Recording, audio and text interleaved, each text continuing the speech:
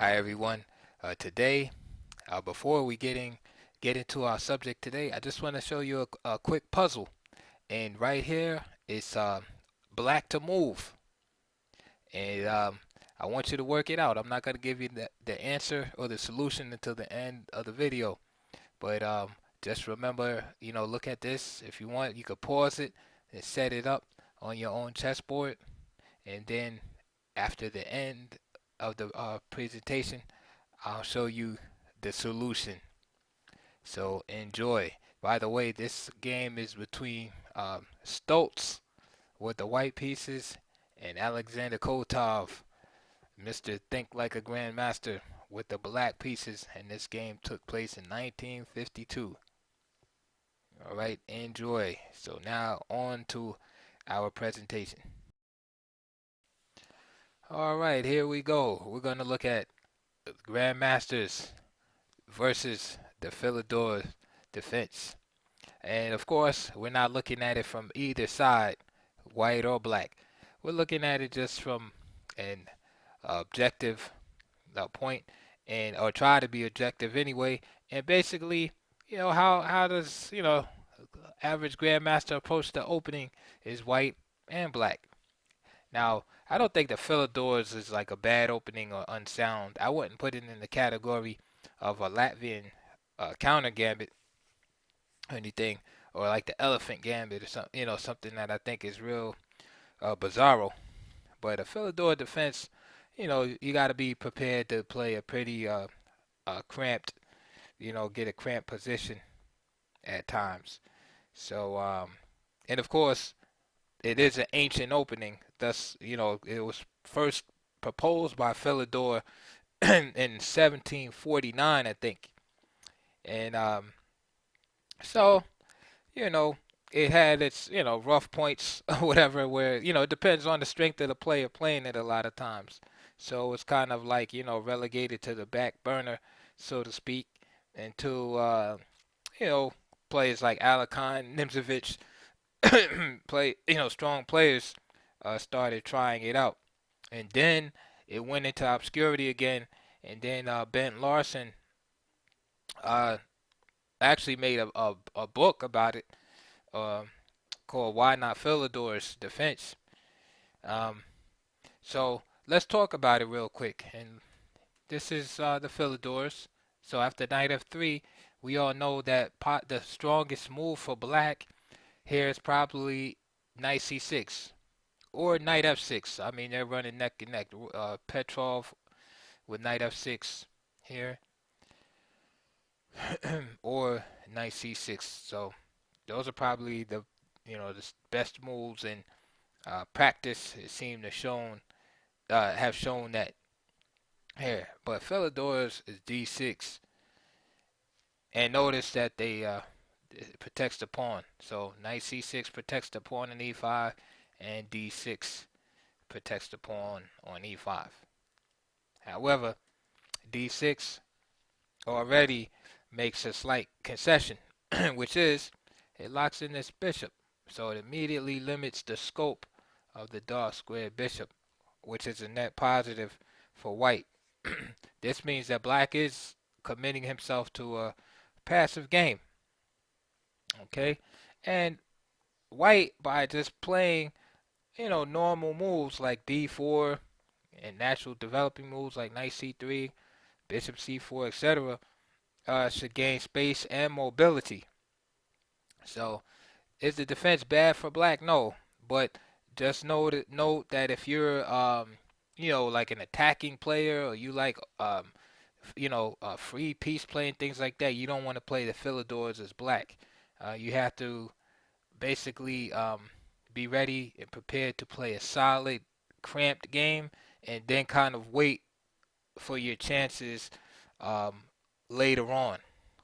Okay, so again, we're not going to go into depth, but I just wanted to give you a basic strategy, a concept of what's going on.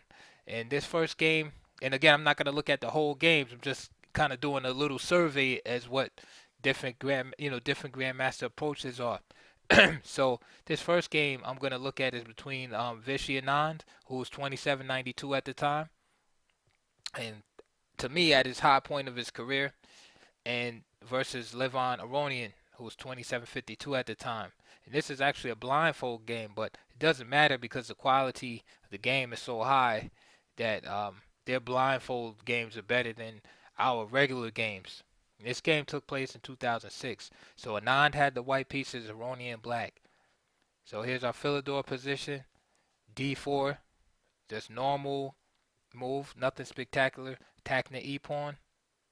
And here, Ronnie decides to give up the center. He takes D4, knight takes D4. And now, when you give up the center, you have to be prepared to mount an attack against the white center. There's possibilities of trying to maintain the black center with knight c6 and things like that and trying to provoke d5. But when you give up the center here, you have to be prepared to launch an attack against this pawn. Usually the attack takes place with moves like knight f6, bishop e7, castle, and then rook e8 followed by bishop e7 with mounting pressure against this pawn. So you either want to win this pawn or destroy it. Sometimes this pawn gets destroyed with the move f5 eventually, and if you can restrain this pawn from moving forward, even the move d5 at a certain point. Okay, so knight takes d5, knight f6, knight c3. So here's our space advantage that we spoke about that white has. As you can see, he occupies the first four ranks. Bishop e7 from Aronian. And now Anand played g3, taking the game into positional waters. And this is a move that I noticed a lot looking over the Grandmaster games. You'll see this move quite a bit. G3, and Aronian takes liberty to play d5 and attempt to destroy the pawn. Now remember, this pawn on e4 is mobile, so he's not forced to trade. He pushes e5, knight g4, attacking the pawn, and bishop g2 by Anand. Knight takes, queen e2, attacking, knight bc6, knight takes, knight takes, knight d5, getting the pawn back, bishop e6, Anand castles. And the idea here is if bishop takes d5, then rook d1 is to white's advantage. Alright, he'll get his piece back and then some. Say if he tries, move like that, you simply play a3. So Anand, even though he's playing blindfold, he's not hanging the piece here. Castle, and then rook d1 was played. And bishop d6, and bishop f4. And this was a long game. And we can see that white basically has a slight advantage in the center. And with this bishop on g2, play kind of, takes like a slow, like a slow movement with play concentrating for white on the queen side here.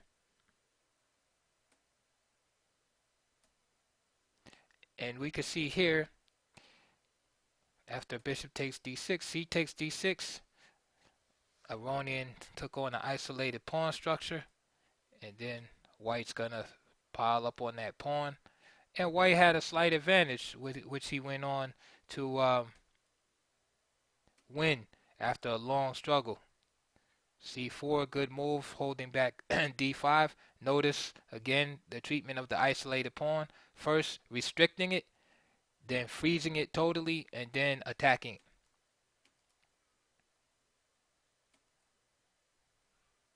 And then we see the struggle of Aronian trying to protect and also get rid of the isolated pawn at the same time.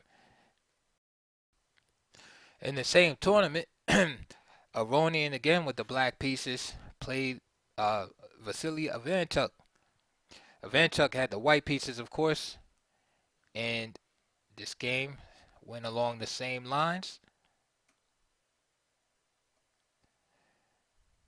but instead of G3, excuse me, instead of G3, fianchettoing the bishop, Ivan Tuck played bishop E2, castle, castle, and we see the same idea. Notice the rook going to E1, excuse me, E8.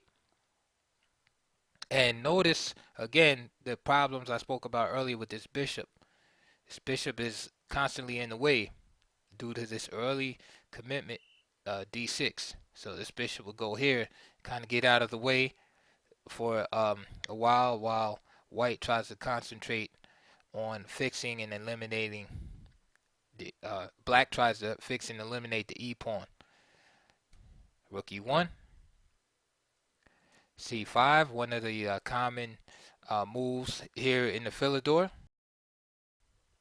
And now, of course, the downside of C5 is we see this backward D pawn showing up on the board.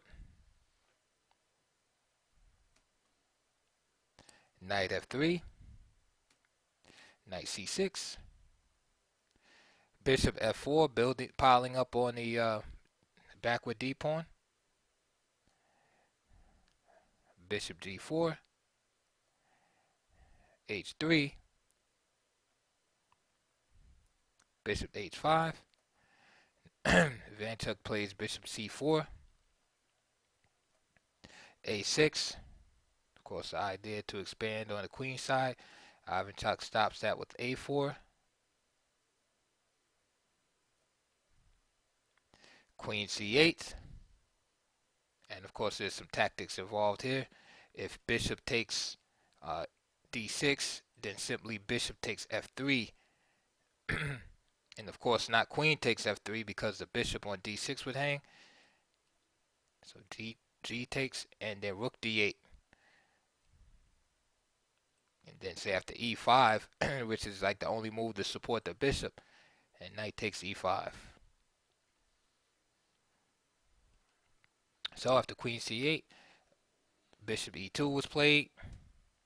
And there it is, bishop F8, and notice the attack on the pawn. Knight D2, bishop takes, and rook takes, and Aronian dropped in with knight D4, and that game ended up being a draw. Aronian was able to create enough counterplay in spite of his positional drawbacks on D5 and D6. He was able to keep white occupied with the maintenance of his center, and he was able to create enough play on the queen side. So a couple of more moves continued. You see the occupation of D5. But black maintains just enough counterplay to offset white. Bishop E7. And like I said, the game teetered out to a draw.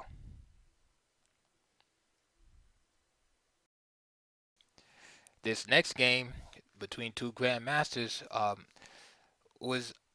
took place during the Italian Championship, and black was the player 2619, Messiah, versus Salgado Lopez, who was with the black pieces. He was rated 2613. And here we are again with our Philidors. Bishop E2, again G3 is possible with the idea of fianchettoing. Castle. And looking at this position, you could take time and think about why some players prefer to put the bishop on G2. Because when you look at the position here, and you look at the possibilities of the bishop on E2, the bishop, you know, especially the game we just looked at, the Ivan Tuck Aronian, we see that the white bishop doesn't seem to have too much going on, you know, in the position. You know, doesn't have too many prospects except defensive ones. So we can see why players would gravitate and start putting the bishop on G2. You can see the evolution of the ideas, so to speak. Anyway, the game continued. Rook e8. Remember, I told you that black's basic strategy here, when he gives up the center, is to tuck this bishop back. The dark square bishop is basically in the way, so puts the bishop back on f8 and exert pressure on this pawn. It's very, very important. That's probably the most important thing to remember in this opening, is the pressure against the e pawn to try to fix it and then destroy it. So f4. This is an aggressive continuation, but at the same time, it takes away the option of black being able to play, of white being able to play f3 at some point to support this pawn when needed. So with f4 and aggressive intentions, this means black has to have his counterplay on point, or else white will soon rush up the board and play e4 to e5 and launch a kingside attack. So bishop f8. Again, now this needs to be protected, and now we can see the idea, or one of the ideas behind f4, and that's to place the bishop on f3, and now the bishop is on this diagonal without fianchettoing. So the additional weakness on the king side is not there. This pawn is protected. And of course, we see the bishop x-rays through the d5 square. c5, one of the normal moves in the Philidor. Again, black is willing to take on the weakness on d5 and d6 potentially in order to secure his counterplay. So he gains time here, and then with the further expansion of b5 and b4, there's always a threat to this pawn right here. Okay, and that constant pressure and threat, and also let me add, in some cases this bishop will come to b7 also and put additional pressure here. So with the constant harassment of the white center, right, it's black's goal to keep white distracted so that he cannot launch his own, go forward with his own plans of kingside attack. So knight b3, knight to c6. Notice this cannot be done. There's too much pressure here right now. Rook e1. Bishop d7 is played. Interesting move here is c4. Bishop d7. Bishop e3. Rook b8. So we see the obvious continuation and plan of black. And notice too the similarity between this and the Benoni position. So bishop f2.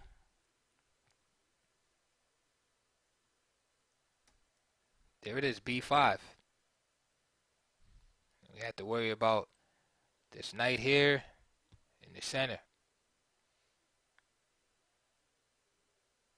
So now, I think a good move right here for white would be bishop h4, because this kind of neutralizes this idea of b4, knocking this knight away, because this guy is pinned right here. And this is kind of an aggravating pin also, because to get out of the pin here, I mean, bishop e7 would have to be played, but then it kind of crosses black's strategy of pressuring this e pawn. So I think that's a very important move there. However, white played the move e5, and this played into black's hands because it allows black to get rid of his weakness right here, and allows black to destroy white center at the same time. So let's see how it went down. So d takes e5, knight takes e5. So this is a net loss for white. Why? Because the c pawn of black is less valuable than the d pawn. He got rid of a weakness, destroyed a powerful central pawn on e5 for the c pawn. So black will take that trade any day. So boom, boom, and there goes the white center. So black's mission has been accomplished. Okay, and black is equal. And then the game went on. A couple of trades took place, and rook takes knight d7. Gave up the exchange, got it back, and this was all good for black right here. And actually, black went on to win this game.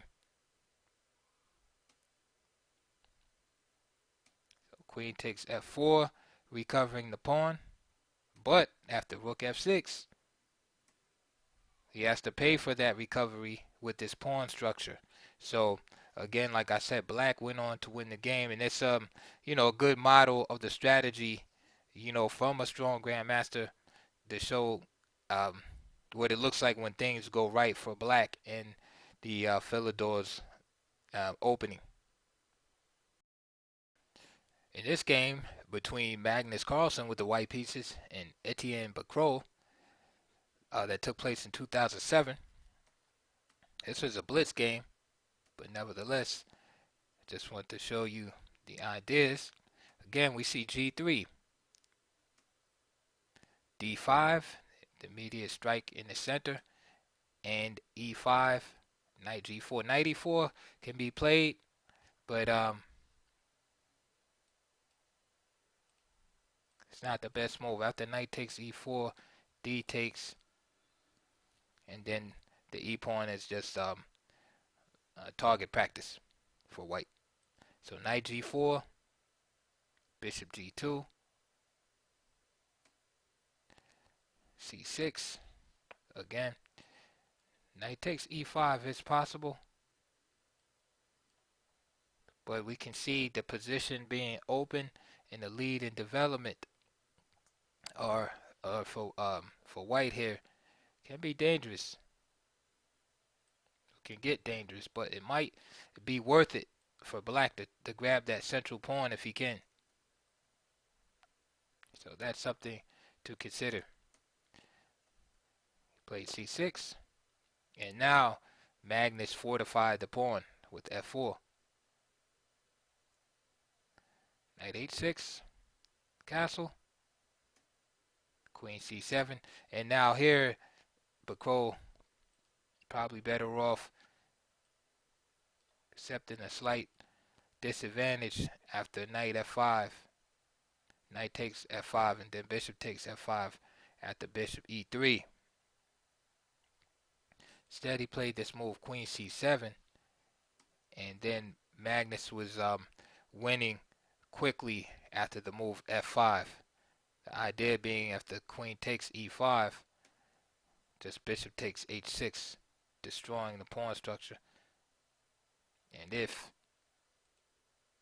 G takes H6, then just another respectable alternative for white is the move bishop F4 at move 6. Now we've seen grandmasters play bishop E2, G3 with the idea of bishop G2, and bishop F4 is also a good move.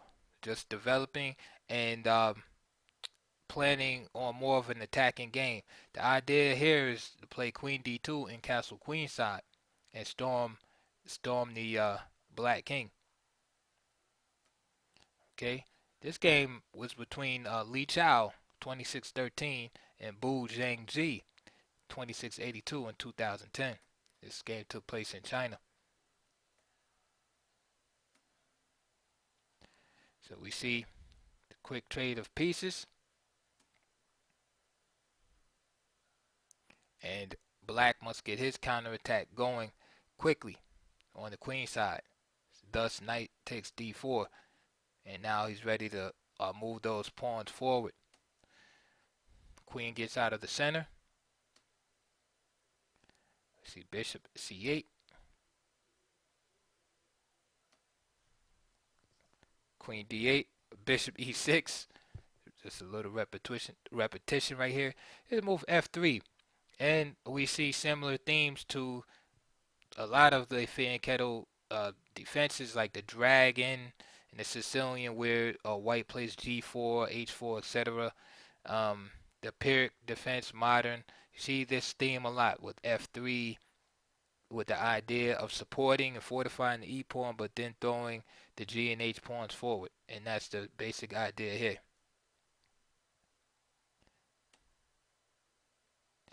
Knight d7, g4, and I just want to say here that the black's defenses are a little better here because he doesn't have a fianchetto position. If his pawn were on g6, for instance, then um, it gives black like a little hook to pry open the h file. For instance, after h4, h5, h takes g6, for example. But with the pawns connected like that, they're stronger here, and it takes a little longer for for white to engage. So bishop g5, and we see Zhang Ji just, trying to lessen the attack by trading down the attacking pieces here. Queen h4, good move. Kind of throwing a monkey wrench in the plans of advancing these pawns.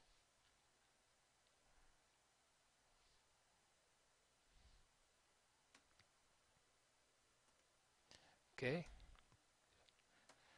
Li Chao traded, and eventually this game teetered out to a draw. But I just wanted to show you the different ideas. So that's a idea for the more aggressive, the aggressive-minded player that wants to basically cast on the opposite wings and attack the opponent. But again, as shown in this game, black has adequate resources. One more word about this line with 6 bishop f4.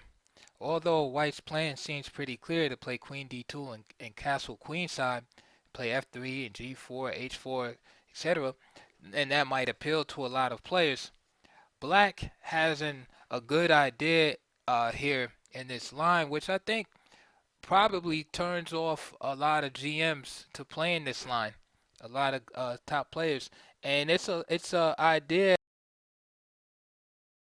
to the Sicilian dragon, in that after castles queen d2, black disrupts things with the move d5, a pawn sacrifice, and you see this in the Sicilian dragon Yugoslav attack, and in a similar position.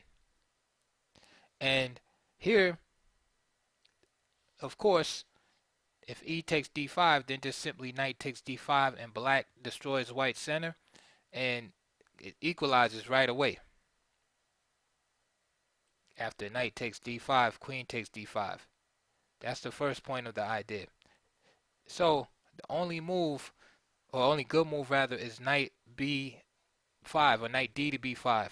Things get pretty tactical. We see the threat here, and then black plays bishop b4. Now this is from the game Edward, who was 26-20, versus Christian Bauer, who was 26-12 at the time. This is from France in 2010. So now we see after bishop b4, there's all kind of ideas of playing knight to e4. So for this temporary pawn sacrifice, we see the activity of black. Black is already castled, and white can't go transition it into his plan smoothly of just castling and attacking on the king side. So here, Edward played e takes d5, and Bauer played bishop a5, which I don't believe was the strongest move here. Here, you play rook e8 check, bishop e2, and then jump in with the knight. Okay, attacking the queen. Then after queen d3, can't really see another good place for the queen to go. After queen d3, then bishop f5. the game gets really sharp and tactical, and this is probably what you want if you're black here. Okay, is you have white kind of trying to navigate through a minefield. This takes you far out of the original plan that you had of just castling queen side and just throwing your pawns at the white king. Okay, so that's something to consider if you're playing bishop f4. There is that pawn sack for black there in that line. Okay, moving on. I also want to show you a game that features combinations of the several plans I showed you. And here's one. This is between Nigel Short with the white pieces, 2674, versus Alexander Morozevich, one of my favorite players, 2741. And this is at Vikings 2005. So, at the bishop e7, Nigel played bishop f4. So, as I explained before, possible is the plan queen d2 and castle queenside with the tossing of the the tossing of the pawns on the king side. So castle, but now we see bishop e2 thrown in there, which is perfectly playable. Rook e8, black continues with his major plan as I explained, attacking the e pawn. Queen d2, this looks like queenside castling is coming, right? Knight c6, nope. Nigel just simply castles on the king side. Bishop f8 takes place. Now the e-pawn is under scrutiny. What are we going to do? Nigel simply plays f3, which is an option. Just fortifying the pawn there. a6. Now, I like knight e5 here.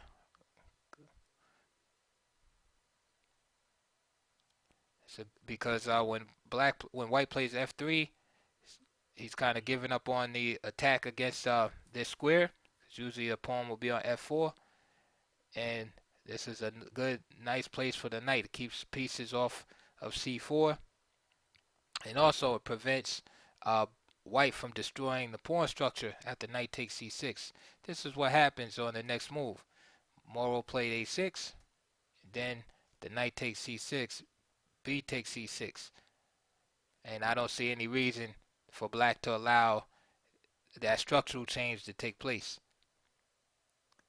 Rook a d1, bishop e6, knight a4, and then we see white going to work against the weaknesses on the queen side. And again, that was unnecessary. Nigel went on to win this game. He set up a bind against the position. We see this pawn blockaded by the knight, and we see white has targets. So even though black is not lost here by any means, it's one of those things was why make the game harder than you have to. So d5 was played, c takes d5, bishop g5, d takes e4. So Morozevich has done a good job getting rid of those weaknesses, but look what happens. New weaknesses. And this is good for black. Excuse me, good for white. I mean, look at the pawns. And even a great player as Morozevich was not able to stand up to the pressure in the position. Before getting to my conclusion on this opening, it would be remiss to not to mention what if black strong points the e5 pawn. In other words, he doesn't play e takes d4. Now, this is a rare guest at Grandmaster level. You'll see this at amateur levels where black will try to just kind of hold the e5 point, but this just leads to extremely cramped game. And even already at this point, black has to be careful already with this move, knight d7, and this move right here. With this point right here. Like for example, let's just do at the a6, right? Already serious trouble already. here in the position for black.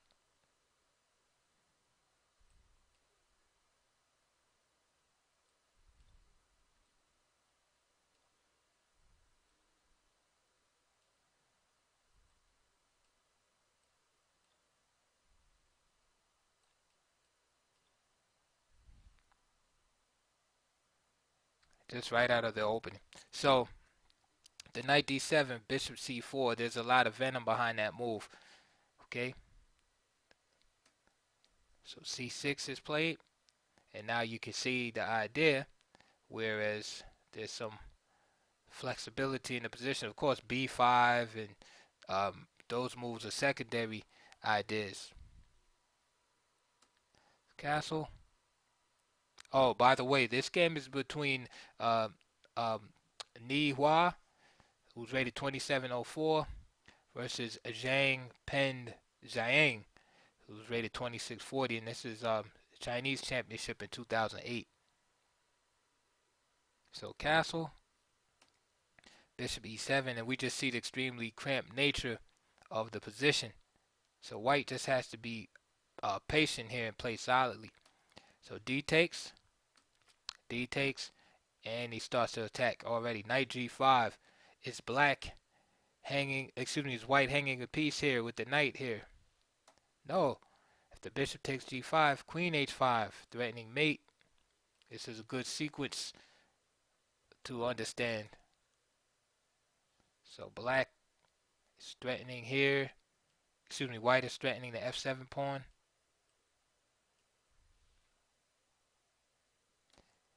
So he takes queen h5, threatening the bishop and mate, so he gets his piece back. And now white goes right into the end game with the bishop here. And when you first glance at the position, it looks like, okay, the queens are off the board, black is all right. The problem is black doesn't have any prospects or counterplay, and it's still difficult for him to get all of his pieces out in a coordinated manner. So he attacks the e pawn, f3. Okay, that basically kills the attack on the e pawn. Bishop e6, knight d2, b5, trying to force the issue. Great move, bishop e3, and white is just in the driver's seat at this point. And by simple means, black has basically destroyed his position.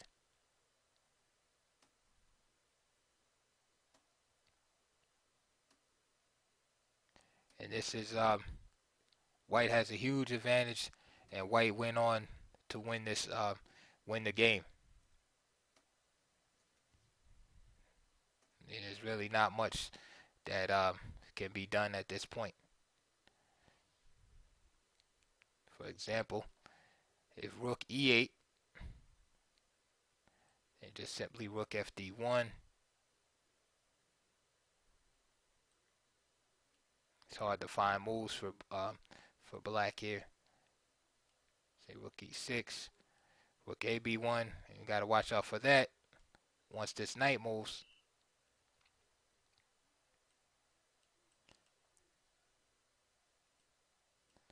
And basically, white just squeezes black to death slowly but surely in this position. So this is why you really do not see the attempt by black, especially at Grandmaster level, to try to strong point the e5 point, meaning not giving up the center by exchanging, because the position that results is just too cramped and too limited in possibilities for black to have any meaningful counterplay. At least when black gives up the center by playing e takes d4, he gets that counterplay on against the e file, and he gets some chances, even though he's still cramped. Here, it's even worse. Okay, he just gets just squeezed in this game right here.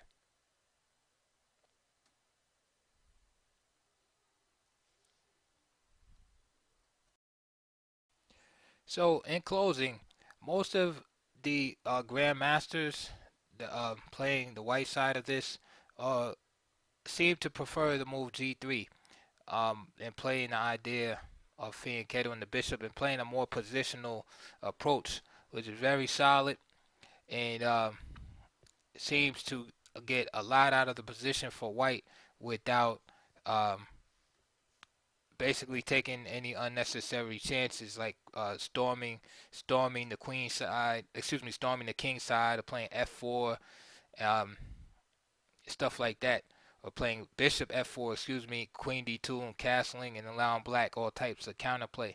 This um, variation seems to just keep black in, in the pocket, so to speak, under control.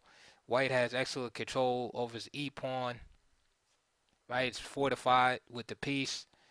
Um, d5 is under control, and white is able to just gradually improve his position.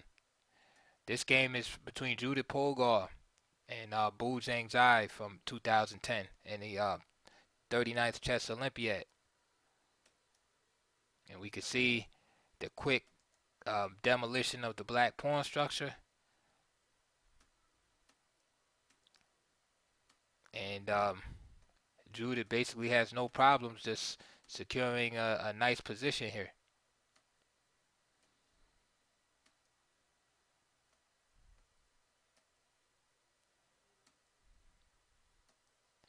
Okay, so after rook takes e2, a4. Now f4, as white wants to engineer e5. Of course, if she could, she would like to have some kind of exchange like that, leaving those weak pawns on the c file. But white has a nice position. Now white ends up with the bishop, and there's the e5 I was telling you about.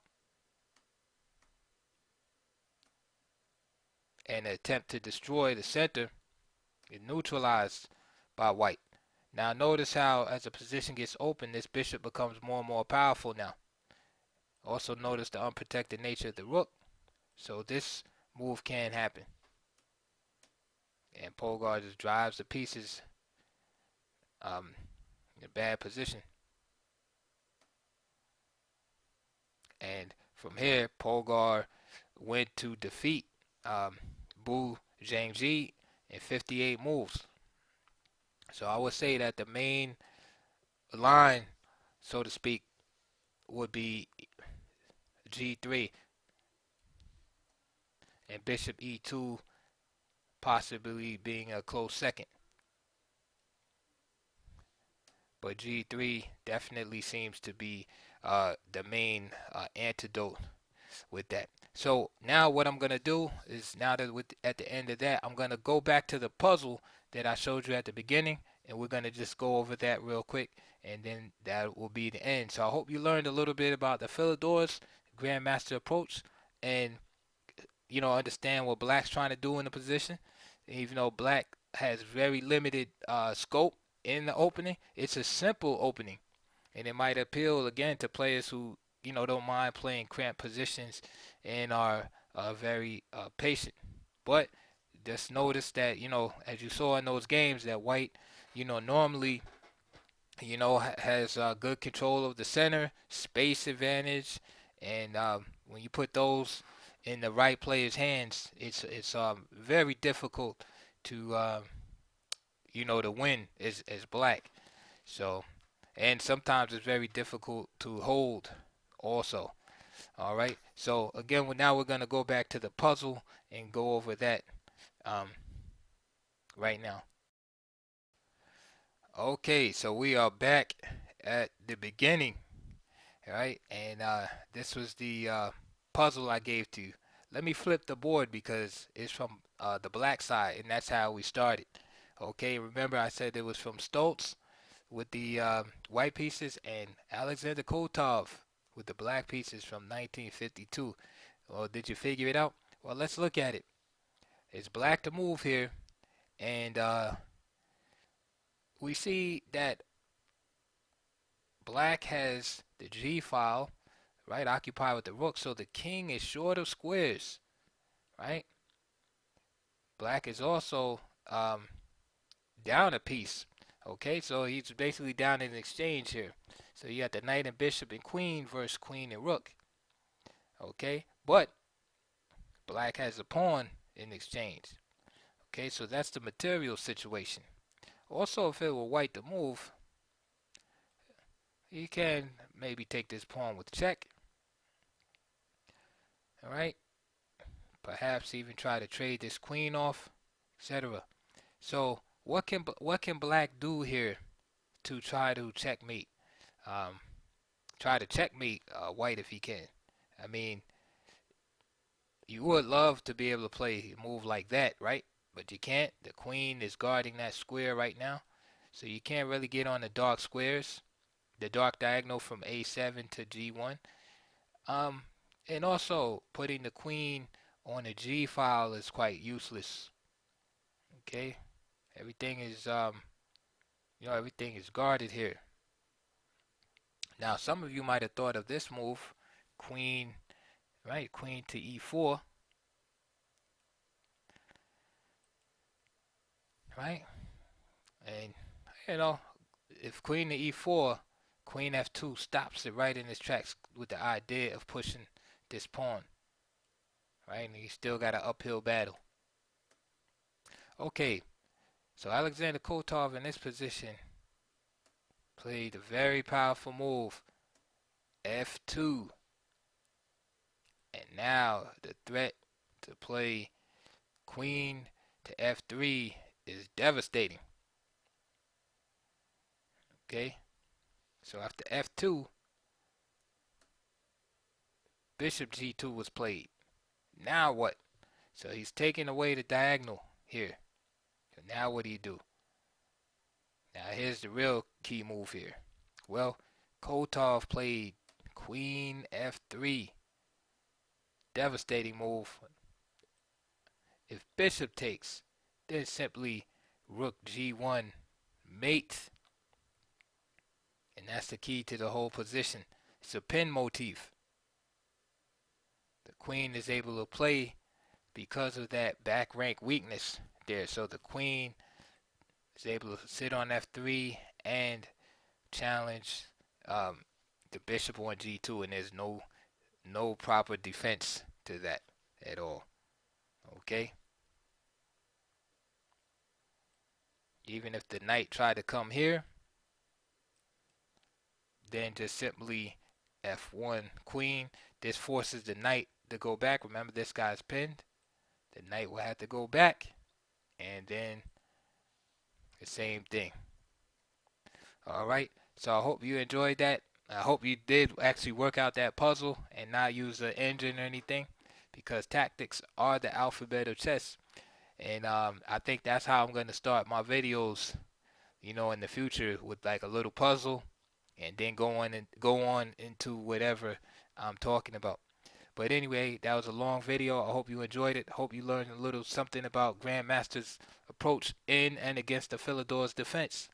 And I'll see you guys on the next one. Please like and subscribe, comment, and all of that good stuff. All right, check you later.